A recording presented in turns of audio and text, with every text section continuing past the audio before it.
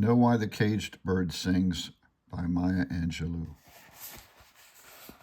17. Weekdays revolved on a sameness wheel. They turned into themselves so steadily and inevitably that each seemed to be the original of yesterday's rough draft. Saturdays, however, always broke the mold and dared to be different. Farmers trekked into town with their children and wives streaming behind them. Their board-stiff khaki pants and shirts revealed the painstaking care of a dutiful daughter or wife. They often stopped at the store to get change for bills so they could give out jangling coins to their children, who shook with their eagerness to get to town.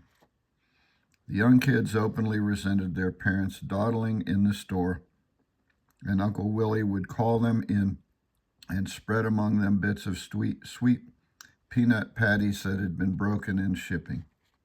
They gobbled down the candies and were out again, kicking up the powdery dust in the road and worrying if there was going to be time to get to town after all. Bailey played mumbly peg with the older boys around the chinaberry tree, and Mama and Uncle Willie listened to the farmer's latest news of the country. I thought of myself as hanging in the store, a mote imprisoned on a shaft of sunlight, pushed and pulled by the slightest draft of air, but never falling free into the tempting darkness. In the warm months, morning began with a quick wash in unheated well water. The suds were dashed on a plot of ground beside the kitchen door. It was called the bait garden. Bailey raised worms. After prayer, breakfast in summer was usually dry cereal, and I'm taking off my glasses. Dry cereal and fresh milk. Then to our chores, which on Saturday including weekday jobs, scrubbing the floors, raking the yards, polishing our shoes for Sunday. Uncle Willie's had to be shined with a biscuit, and attending to the customers who came breathlessly, also in on their Saturday hurry. Looking through the years, I marvel that Saturday was my favorite day in the week. What pleasures could have been squeezed between the fan folds of unending tasks? Children's talent to endure stems from their ignorance of alternatives. Children's talent to endure stems from their ignorance of alternatives.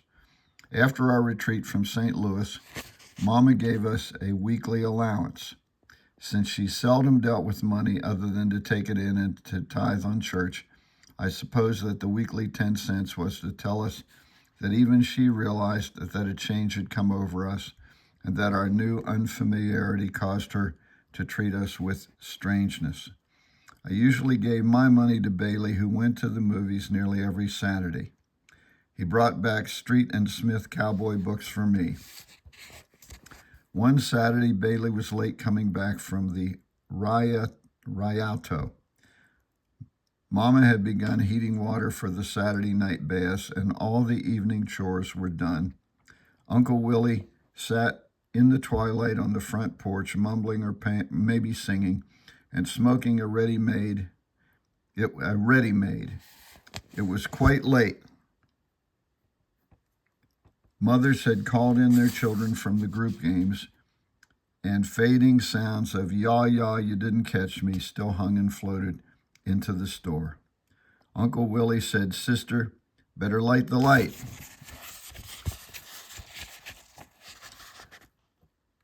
On Saturday, we used the electric light so that last-minute Sunday shoppers could look down the hill and see if the store was open. Mama hadn't told me to turn them on because she didn't want to believe that night had fallen and Bailey was still out in the ungodly dark. Her apprehension was evident in the hurried movements around the kitchen and in her lonely, fearing eyes. The black woman in the South who raises sons, grandsons, and nephews had her heartstrings tied to a hanging noose. Any break from routine might herald for them unbearable news. For this reason, Southern blacks, until the present generation, could be counted among America's arch conservatives. Like most self pitying people, I had very little pity for my relatives' anxiety. If something indeed had happened to Bailey, Uncle Willie would always have Mama, and Mama had the store. Then, after all, we weren't their children.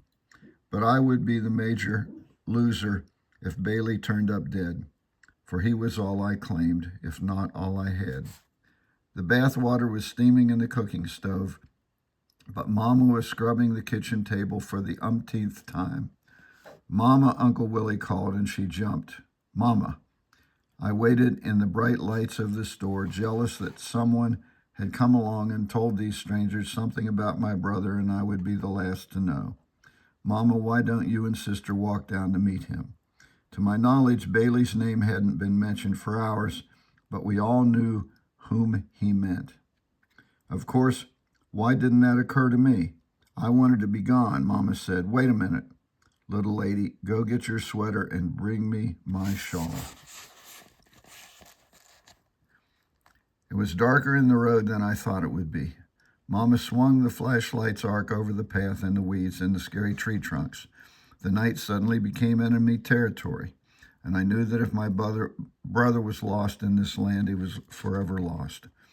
He was 11 and very smart, that I granted, but after all, he was so small. The bluebeards and the tigers and the rippers could eat him up before he could scream for help. Mama told me to take the light, and she reached for my hand.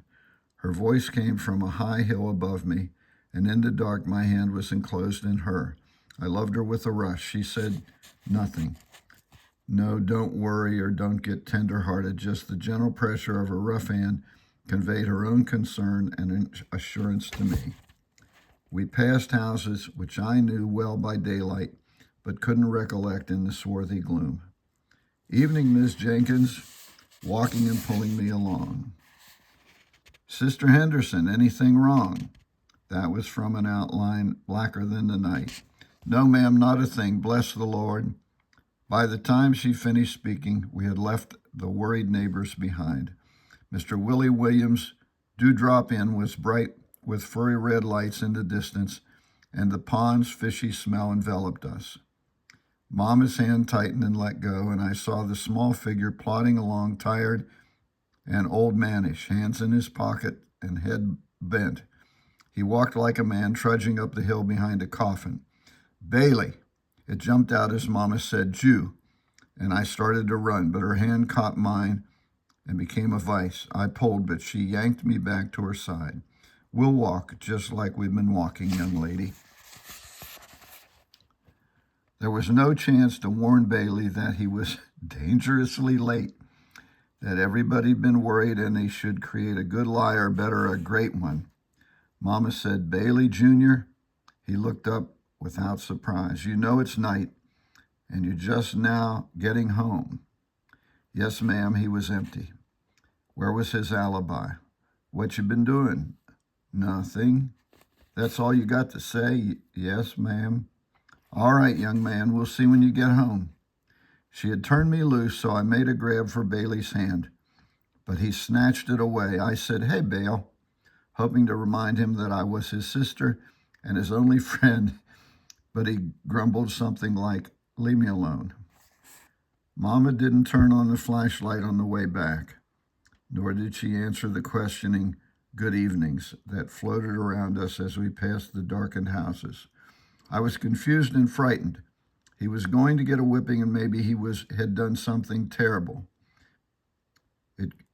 If he couldn't talk to me, it must have been serious, but there was no air of spent revelry about him. He just seemed sad. I didn't know what to think. Uncle Willie said, getting too big for your britches, huh? You can't come home? You want to worry your grandmother to death? Bailey was so far away, he was beyond fear.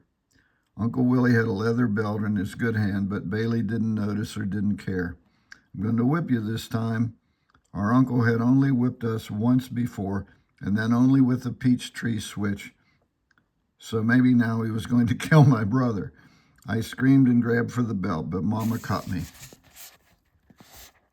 Now don't get uppity, miss, unless you want some of the same thing. He got a lesson coming to him. You come on and get your bath. From the kitchen I heard the belt fall down dry and raspy on naked skin. Uncle Willie was gasping for breath, but Bailey made no sound. I was too afraid to splash water or even to cry and take a chance of drowning out Bailey's pleas for help. But the pleas never came, and the whipping was finally over. I lay awake an eternity waiting for a sign, a whimper or a whisper from the next room that he was still alive. Just before I fell exhausted to sleep, I heard Bailey, "Now I lay me down to sleep. I pray the Lord my soul to keep. If I should die before I wake, I pray the Lord my soul to take." My last memory of that night was the question, why is he saying the baby prayer? We had all been saying the Our Father which art in heaven for years. For days the store was a strange country, and we were all newly arrived immigrants. Bailey didn't talk, smile, or apologize. His eyes were so vacant it seemed his soul had flown away, and at meals I tried to give him the best pieces of meat and the largest portion of dessert, but he turned them down. Then one evening at the pig pen, he said without warning, "I saw Mother, dear." If he said it, it was bound to be the truth. He wouldn't lie to me. I don't think I asked him when or where. In the movies. He laid his head on the wooden railing. It wasn't really her. It was a woman named Kay Francis. She's a white movie star who looks like Mother, dear. There was no difficulty believing that a white movie star looked like our mother and that Bailey had seen her. He told me that the movies were changed each week, but when another picture came to stamps starring Kay Francis, he would tell me and we'd go together. He even promised to sit with me. He had stayed late on the previous Saturday to see the film over again. I understood too why he couldn't tell Mama or Uncle Willie.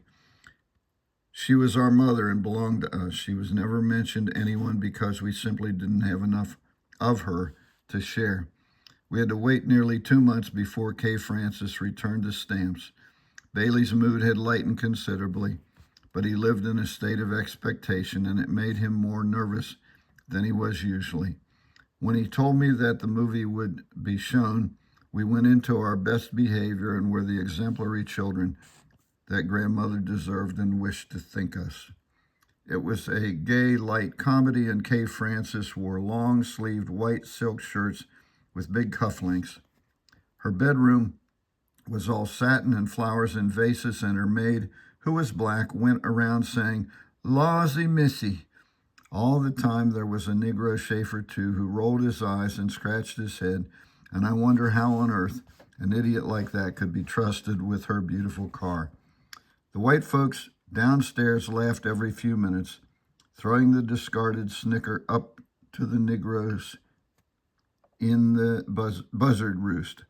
The sound would jag around in our air for an indecisive second before the balcony's occupants accepted it and sent their own guffaws to riot with against the walls of the theater.